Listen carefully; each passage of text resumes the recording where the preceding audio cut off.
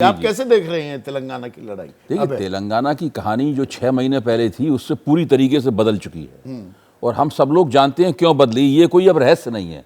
दिन रात एबीपी के मंच पर और दूसरे तमाम मीडिया मंचों पर इसकी चर्चा हो रही है कि तेलंगाना में चल क्या रहा है। केसीआर के इस वक्त दोनों हाथों में लड्डू हैं। एक लड्डू का नाम है बीजेपी और एक लड्डू का नाम है MIM, मजलिस इत्तेहादुल मुसलमीन। अब ये जो हो रहा है, कांग्रेस ने बहुत सावधानी से, बड़ी रणनीतिक कुशलता से ये पूरा चुनाव लड़ा है। देखिए, केसीआर ने वायदा किया था कि अगर तेलंगाना बना तो किसी दलित को मुख्यमंत्री बनाएंगे। 2 बार खुद मुख्यमंत्री बन गए। भारतीय जनता पार्टी दावा ने ये वायदा कर रही है कि वो पिछड़े को मुख्यमंत्री बनाएंगे। लेकिन जो उनके पिछड़े नेता थे बंडी संजय कुमार, उनको उन्होंने तेलंगाना से हटा के केंद्र में ले गए। वो बहुत महत्वपूर्ण बड़ी पिछड़ी जाति के नेता हैं वहां पर। और इसलिए मैं मानता हूं कि भाजपा के और वो मुसलमानों के लिए कांग्रेस ने एक विशेष डिक्लेरेशन वहां पे दिया है। वो किसी और पार्टी ने नहीं दिया है।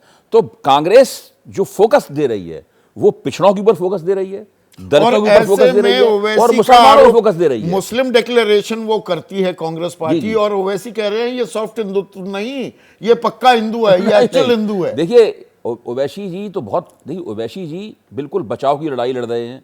भारतीय जनता पार्टी बचाव की लड़ाई लड़ रही है। आप सोचिए, जो कुछ कहा जा रहा है वो इस खबर को गलत साबित करने के लिए कहा जा रहा है कि उनका केसीआर के साथ में पर्दे के पीछे गठजोड़ है। तो केसीआर MGR कर सकते हैं, हैट्रिक मार देंगे सत्ता में? बहुत मुश्किल है। देखिए, ये तीसरा मौका उनके लिए था। लेकिन हमारा जो सर्वे है यशवंत देशमुख का, उस सर्वे ने शुरू में बताया था कि इन सब जिन राज्यों में चुनाव हो रहे हैं इसमें सबसे ज्यादा एंटी इनकम्बेंसी केसीआर के खिलाफ है। एक मुख्यमंत्री के तौर पे उनके खिलाफ 50% ज्यादा। और ऐसे में ये रायतू बंधु योजना पर रोक लग जाना, क्या ये बड़ा झटका साबित हो सकता है? निश्चित रूप से बड़ा झटका साबित होगा। देखिए, ये जिस बेचैनी जब पार्टी विचलित होती है उसमें बेचैनियां होती हैं, तो वो वैसी ही गलती करता है जैसे उनके वित्त मंत्री ने गलती की है। भाई 60 लाख कृषक हैं जी, जिनमें ये पैसा बटना था, 7,350 करोड़। देखिए, अभी दिन में मैं उसका जिक्र कर चुका हूं। जो किसान सम्मान निधि का केंद्र सरकार चुनाव आयोग ने उसके ऊपर तो रोक लगाई नहीं लगाई, जबकि वो उसको ही खास तौर से देर की गई उसमें लाने में। अब यहां भी जो किया गया उसके ऊपर उन्होंने रोक लगा दी उसके ऊपर। तो अब देखने की बात यह है कि केसीआर अब इस पूरे दबाव से कैसे निपटेंगे। उन्हें तीसरी बार वापस आना उनके लिए बहुत मुश्किल है। मैं ये नहीं कह रहा हूं कि वो चुनाव हार जाएंगे या कांग्रेस जीत जाएगी, लेकिन कांग्रेस जितने जबरदस्त तरीके से वहां चुनाव लड़ रही है वो बिल्कुल तेलंगाना के इतिहास के लिए एक नई और अनोखी बात है। यहां पर रशीद साहब, अब आप सब लोगों से एक एक लाइन का जवाब चाहूंगा। आप जाहिर सी बात है कहेंगे BRS लगातार तीसरी बार सरकार बना रही है, कितनी सीट जीत रहे हैं? सर, मैं तो बताऊंगा कि 80 से ऊपर सीट जीत रहे हैं सर BRS, क्योंकि यहाँ पे जो माहौल बना हुआ है, जो अभी सुन रहा था मैं, कांग्रेस का माहौल ऐसा कुछ नहीं है। 50 साल मौका दिए हम लोग कांग्रेस को, वैसा कोई अभी देखिए आप, माइनॉरिटी बजट जो है 2200 करोड़ रुपए है।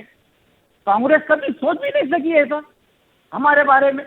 आज तो 80 से ऊपर सीटें जीत रहे हैं आप। महेश भाई, बीजेपी कितने सीटों की ताल ठोक रही है? देखिए संदीप भाई, सीट की बात नहीं है। बात यह है कि वहाँ जो है, जो वहाँ सत्ता है, उस सत्ता के खिलाफ सबसे बड़ी लकीर किसने खींची है, उसको सबसे ज्यादा सीट मिलेगी। वो सीटें तो बताते हैं ना आप, अब की बार 200 पार, अब की बार 150 पार। इस सत्ता के शासक से स्वाभाविक है कि अगर आप नारा गढ़ रहे हैं तो उसके पीछे कोई न कोई आपका मतलब अस्तित्व है। ऐसे हवा में पर आप कंफर्टेबल हैं, आप ये कह रहे हैं। रोहन गुप्ता, कितनी सीटें जीत रहे हैं? 75 प्लस। और उसका कारण है, जो भाजपा प्रवक्ता ने आपने पूछा, एक सवाल पूछा, उन्होंने सही बोला कि जो सत्ता के खिलाफ ईमानदारी से लड़ेगा तेलंगाना उसी को अपना जो है प्यार देगा। और तेलंगाना बदलाव चाहती है। अगर तेलंगाना बदलाव तभी ला पाएगी जब कांग्रेस को वोट होगा, क्योंकि बीजेपी को वोट देना है, MIM को वोट देना, वो BRS को मतलब आप 75 पार कह रहे हैं। 10 सेकंड में भाजपा ने खुद ही पूछवाया था तेलंगाना की जनता से अपने लोगों को भेज के कि क्या स्थिति है। लोगों ने उनसे सवाल पूछा, कविता को गिरफ्तार क्यों नहीं किया और बंडी संजय कुमार को क्यों हटाया। भाजपा के लोग उसका जवाब नहीं दे पाए। तो खैर सवाल ऐसे हैं जो भाजपा इनका जवाब दे पाने में असमर्थ है। तो वो जवाब 30 तारीख को तेलंगाना की जनता देगी, और उसका जो जवाब है उसके आंकड़े हमारे सामने 3 तारीख को 3 दिसंबर को आ जाएंगे। जनता किसे सही मायने में अपना यार मानती है, फैसला हो जाएगा। जैसे ही घड़ी का काटा दोपहर 2:30 पे आए, बबीता जी का दिल सास बहू साजिश के लिए मचल जाए। और ये है इनकी बहू, पूरे दिन ऑफिस की टेंशन हो जाए गॉन जब ये करें अपना फेवरेट शो फ्री टाइम पे ऑन। इनकी तरह आप भी देखें अपना फेवरेट शो अपने टाइम पर और डाउनलोड कीजिए एबीपी लाइव ऐप अपने स्मार्ट टीवी पर।